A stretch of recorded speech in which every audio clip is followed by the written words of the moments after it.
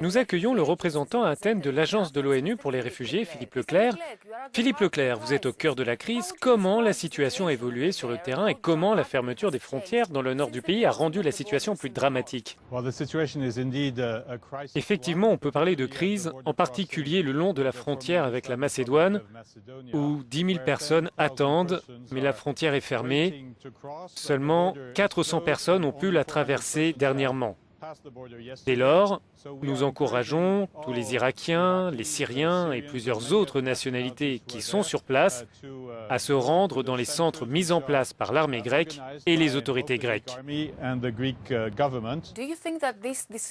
Pensez-vous que la décision récente de fermer les frontières le long de la route des Balkans va décourager les réfugiés et les migrants de rejoindre massivement l'Europe? Pour le moment, nous ne voyons pas de diminution. Cela pourrait se produire dans les semaines à venir. Nous devons être préparés pour le moment à accueillir un grand nombre de réfugiés encore en Grèce.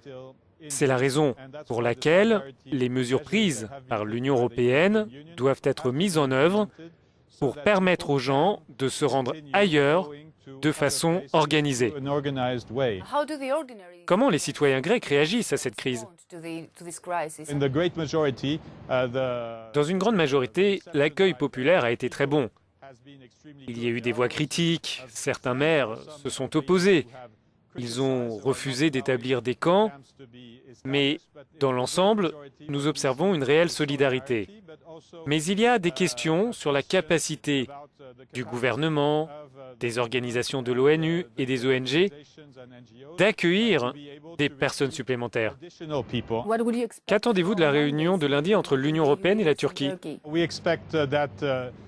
Nous attendons que les discussions se fassent à un niveau plus général, c'est-à-dire s'attaquer aux racines du conflit et aux arrivées massives dans les premiers pays d'asile comme la Turquie, le Liban, la Jordanie et l'Irak. Ces pays ne doivent pas recevoir uniquement une assistance financière, ce qui est très important, mais cela doit passer par une relocalisation. C'est pourquoi l'Agence des Nations Unies pour les réfugiés va proposer prochainement que 10% des réfugiés syriens soient relocalisés et admis dans le monde entier, pas seulement dans l'Union européenne, mais aussi de l'Amérique latine à l'Australie. Mr. Leclerc, thank you very much for being with us. You're welcome.